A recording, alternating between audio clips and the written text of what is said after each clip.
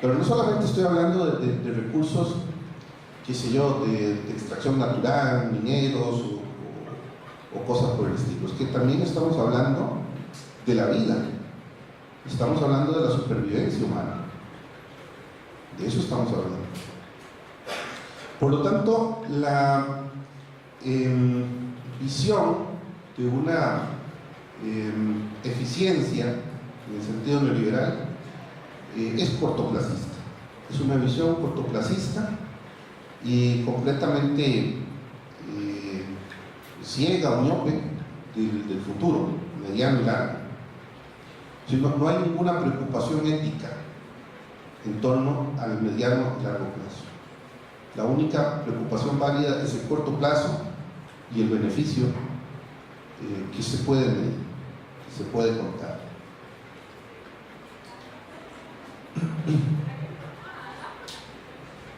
Por lo tanto, también el valor de los recursos, me refiero al valor de uso, se diluye o anula cuando dicho recurso adolece de un valor de cambio.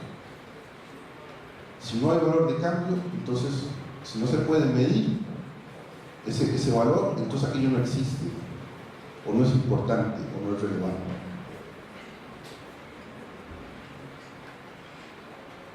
Y de la misma manera, no es relevante el valor de uso o la sustentabilidad de los recursos, siempre y cuando aquellos recursos sean cambiables. Así se trate de basura, así se trate de producción de basura. Y el sistema en el que nosotros operamos es un productor de basura. Y esa racionalidad de la producción de basura es lo que explica el consumismo. Y alimentar la máquina del consumismo voraz en el plazo más corto posible. Por ejemplo, una de las formas pensadas estratégicamente es la obsolescencia programada. La obsolescencia programada se puede visualizar de dos maneras. Una es la obsolescencia técnica, que se produce cuando, por ejemplo, un aparato electrónico se descompone, o cuando una computadora ya se pone muy lenta porque necesita nuevos componentes, más memoria, más potencia, nuevos programas, y entonces empieza a ser una molestia. Eso es obsolescencia programada. Pero también está la obsolescencia que es de tipo cultural, donde la mercancía tiene una dimensionalidad simbólica, una representación de sí misma. Y entonces el aparato o lo que sea que estamos hablando sigue teniendo un valor de uso, sigue siendo útil, pero ya no me representa un componente simbólico relevante, que me dé, por ejemplo, estatus. Así, por ejemplo, vamos a estar corriendo por el nuevo iPhone de la última generación, porque si lo tenemos, socialmente vamos a ser vistos como personas de mayor calidad, porque se tiene un mayor nivel de consumo y hay un componente simbólico que se quiere privilegiar. Incluso la gente que se compra un estuchillo para proteger el iPhone pretende que el estuchillo tenga un hoyo donde poder enfocar y que la gente esté claro de que se trata de una manzanita, porque la manzanita cuenta, es simbólico. Si no tiene el hoyito ese, entonces no cuenta. En fin, entonces estamos cosificando la felicidad y midiendo las cosas de una manera muy banal, muy superficial. Inclusive, el término del consumismo a veces ni siquiera tiene que ver con los objetos o los bienes consumidos. Tiene que ver con la emoción y el impulso del momento de ejecutar la compra. Y por lo tanto es una construcción psicológica que supone que ningún consumo va a satisfacer las necesidades. Entonces vamos a seguir consumiendo, y ahí está el poder del mercado, porque nunca te sientes satisfecho y necesitas seguir consumiendo. Es una dinámica que no para. Pero los recursos son limitados.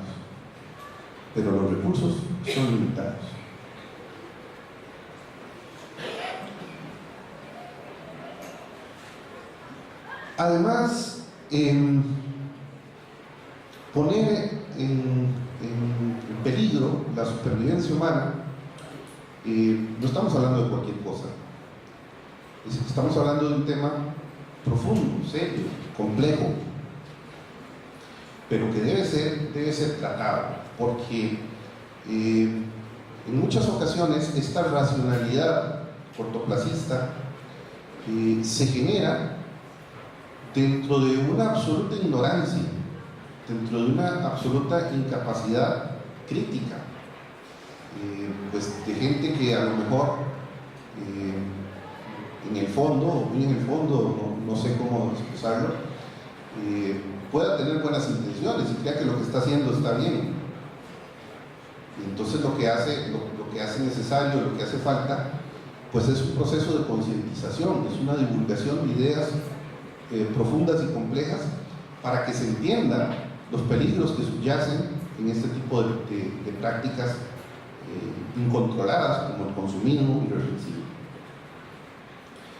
Y lo otro es que el capital está por encima del ser humano. La eficiencia de la que hemos estado hablando es una eficiencia fragmentaria. Eso es así es como lo vamos a entender.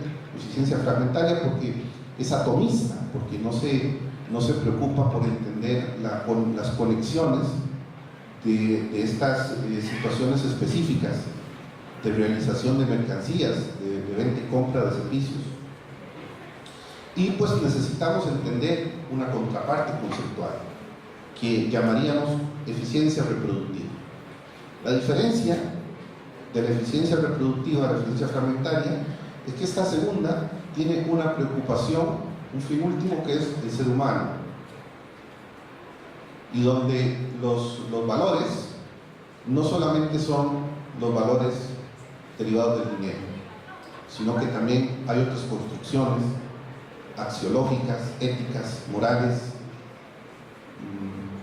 trascendentales en cualquier caso, en mayor profundidad.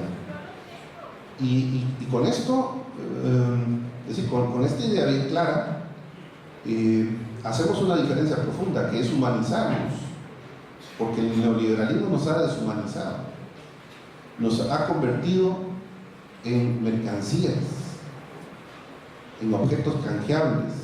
El éxito se mide por el cheque que llega del salario que puedas tener, la capacidad de compra que puedas tener, pero tus valores, tu ética, pues no sé si ustedes, no me quiero poner romántico decimonónico aquí, pero no sé si consideran ustedes el amor. Ese tipo de asuntos son profundos y no se pueden medir como oferta y demanda.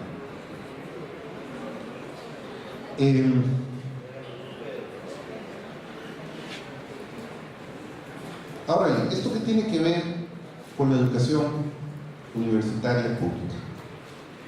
La pregunta me parece que en este momento es obvia. ¿Es eficiente la educación pública? ¿Es eficiente? Desde la óptica neoliberal, la respuesta es que no. No es eficiente. Y no es eficiente porque no genera un valor de cambio. Porque hay un valor de uso y ese valor de uso no es relevante, no es importante. Es solamente el valor de cambio. Y en perspectiva futuro, al mercado, el valor de cambio potencial está más ligado a las carreras técnicas, está más ligado al potencial que pueda tener un ingeniero en términos productivos, lo que pueda tener un científico social. Y por lo tanto, la respuesta evidente es que esto hay que hacerlo eficiente. Y hacerlo eficiente es volverlo una mercancía. Y una manera para hacerlo es la privatización. Pero la privatización acarrea otra serie de problemas que, en primer lugar, conciernen a la exclusión. Porque el mercado totalizante, el mercado que solo mide la eficiencia por su rentabilidad, es excluyente. Es excluyente. Y los excluidos se lo merecen además. Se lo merecen porque no son eficientes. Entonces no hay ningún empacho ético en lo que pueda pasar con esos excluidos. ¿No? Se lo merecen. Entiendan que esto es desde la perspectiva neoliberal, no de ninguna forma creo que eso sea así. Hago estas aclaraciones porque de pronto un segundo que se pierden en la escucha y puede haber malas interpretaciones. Pero es que el problema que subyace en ese cortoplacismo de la eficiencia, en el que despreciamos el valor de uso y privilegiamos el valor de cambio, es que las producciones humanas están conectadas. Y esas conexiones son necesarias. Cuando en un sistema de relaciones debilitamos ciertas áreas, el resultado es un debilitamiento sistémico, es total. Yo por la mañana ponía un ejemplo que es el caso de las matemáticas, que es una cuestión que dentro del mundo de la ingeniería y de otras áreas científicas se considera sustantivo, vital, un área específica. Bueno, sucede que los niños pequeños, cuando están haciendo estructuras mentales, procesos mentales necesarios para llegar a la abstracción matemática, uno de los ejercicios y de las situaciones que potencia el aprendizaje de las matemáticas es la música. Escuchar, apreciar, producir música. Y entonces los neoliberales, de pronto, se les ocurre que la educación musical en un currículo es un valor de uso que no tiene valor de cambio, y entonces se suprime, se elimina. Quitemos la educación musical del currículo, sin pensar que sistémicamente está afectando al desarrollo de la comprensión de las matemáticas. Y si nosotros, por ejemplo, nos enfocamos en carreras universitarias que son expresamente científicas, y no estoy diciendo que dentro de las áreas científicas no puede haber pensamiento crítico, porque lo puede haber perfectamente y deseablemente debería haber, pero el caso es que el pensamiento crítico es mucho más prolijo en el área de las ciencias sociales, y ese equilibrio entre las ciencias naturales u otro tipo de pensamientos epistemológicos y las ciencias sociales es fundamental para un equilibrio sano de la sociedad. Cuando se excluyen a los seres humanos, estamos perdiendo todos, hasta los no excluidos. Y los no excluidos deberían entender eso, deberían visualizarlo. En los excluidos, por ejemplo, educativamente, pues lo que podríamos estar excluyendo es un genio, podríamos estar excluyendo a un investigador brillante, a un escritor o un artista prolijo. Y en esa exclusión, en vez de tener a ese científico, en vez de tener a ese artista, en vez de tener a esa persona valiosa, lo que vamos a tener es un excelente delincuente o no sé, un individuo disfuncional, por esa dinámica de exclusión que nos perjudica a todos. Entonces, de pronto, la eficiencia fragmentaria también es un acto de absoluta y franca estupidez. Y voy a cerrar la intervención poniendo un ejemplo, una analogía de la eficiencia fragmentaria, que le tomo, en realidad estas reflexiones las he tomado mucho de Franz Fukuyama, que les recomiendo que revisen y lean, pero que le tomo a este autor pues en el sentido que había una competencia, es un cuento, ¿no? Hay una competencia para ver quién es más eficiente, y la eficiencia consiste en cortar, no sé, con un serrucho, con una herramienta, recortar la rama de un árbol. ¿Quién será el más eficiente? El que recorte primero la rama del árbol. Y los neoliberales aplaudirán al que la recorte primero, no importa si era la rama en la que éste estaba sentado. Así un poco es lo que ocurre con esta racionalidad. La racionalidad de la eficiencia es una irracionalidad.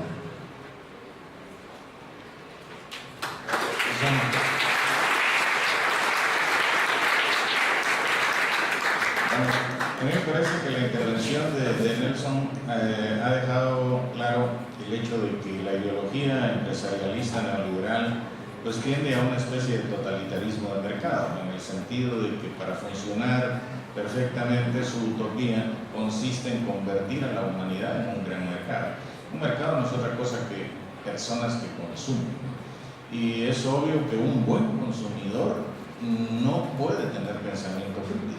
Una persona con pensamiento crítico es automáticamente mal consumidor, porque es capaz de no creer lo que le dice la publicidad, porque es capaz de no tragarse todo lo que le sale del televisor, debido a que conoce las causas, conoce los intereses, es discriminativo, y entonces es un consumidor pésimo. En ese sentido, las carreras de ciencias sociales y humanidades no convienen a la utopía neoliberal del totalitarismo del mercado. Me parece que esto quedó claro en la intervención de Nelson Zárate.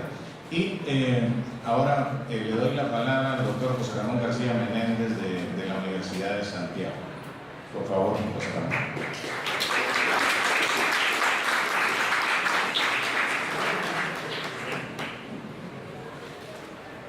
Buenas tardes. Reitero mis felicitaciones al centro por el 40 aniversario. Quizás no deberíamos convocar para dentro de 10 años para ver si las conclusiones de este foro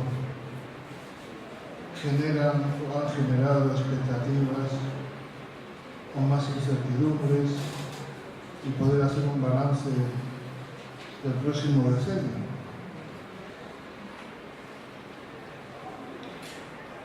Mis compañeros, las intervenciones de mis compañeros, magníficas intervenciones, han abierto el tema, siguiendo sus especialidades, ciencia política, sociología, educación.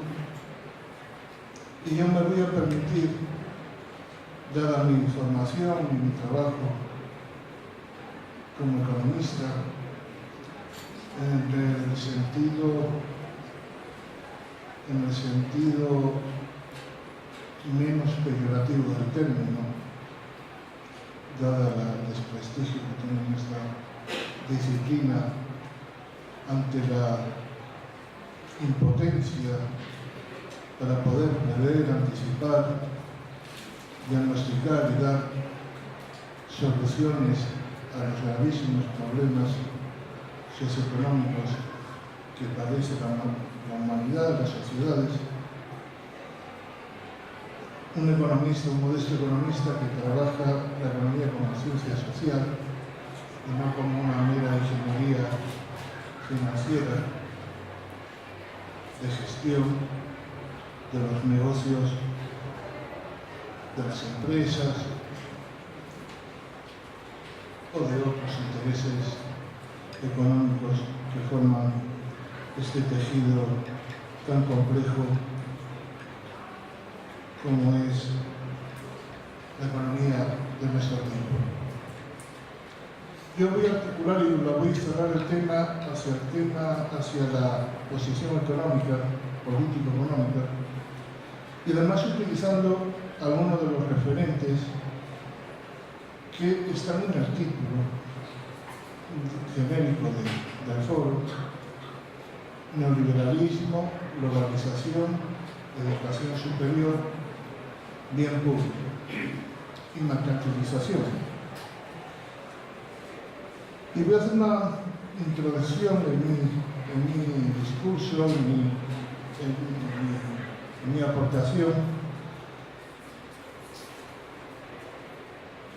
descriptiva, analítica, en buena parte crítica, y voy a finalizar, si ustedes me lo permiten, con el planteamiento de un problema gravísimo, inminente, alarmante para el futuro de las universidades públicas en la periferia europea y en América Latina, por citar las realidades en las que vivimos tanto ustedes como yo. Yo podía plantear ya de partida la tesis, quizás compartida, de que la educación superior es un bien público. Pudiera ser discutible, pero para mí la educación superior es un bien público que contribuye al desarrollo, a la equidad, a la justicia social, y por lo tanto ya deja de ser un bien público en sentido terminológico al uso y se convierte en esta tesis en un bien social. Un bien social que está amenazado tanto por la política económica neoliberal que domina el actual panorama de la globalización, que está amenazado por el ansia privatizadora del recetario político económico neoliberal, y está amenazado también por instituciones supranacionales conocidas como la Organización Mundial de Comercio, que si modifica la delimitación y la naturaleza de la educación superior y lo mercantiliza, lo cosifica desde bien público a una mera mercancía, puede iniciarse un proceso de desmantelamiento encubierto sin que sea privatizada la universidad pública. Siguiendo siendo pública, tendrá que descomponerse porque no podrá competir con las universidades privadas transnacionales en este caso. Entonces voy a desarrollar el argumento siguiendo esta línea directriz que les he expuesto. El profesor Mate ya anticipó muy bien las características que se generan a partir de la caída del muro de Berlín, la unificación de Alemania y como un juego de dominó geoestratégico van derrumbándose las antiguas raíces del socialismo real conocido y se genera un ambiente de eclosión, de soberbia, de prepotencia por parte de los intelectuales neoliberales, porque ven en este hecho la confirmación de la vieja tesis del crepúsculo de las ideologías. Desaparecido el enemigo del este, desaparecido, denostado, depauperado, menospreciado el pensamiento crítico marxista, demuestran mediante casi un sofisma argumental que bajo el reino del pensamiento único posible existente se deberán desenvolver las distintas fórmulas de recetarios, prescripciones de política económica para resolver cualquier disfunción, cualquier anomalía, cualquier tipo de crisis o de recesión o de gestión y en la asignación de los recursos productivos en las distintas sociedades. Es el fin de las ideologías, proclamaba, como comentaba el profesor Daniel, es el fin de las ideologías, decía Francisco Puyano. Es el crepúsculo de las ideologías, lo decía un ministro de Franco, González de la Mora. Siempre frases conocidas para poder explicar a veces la prepotencia del pensamiento humano.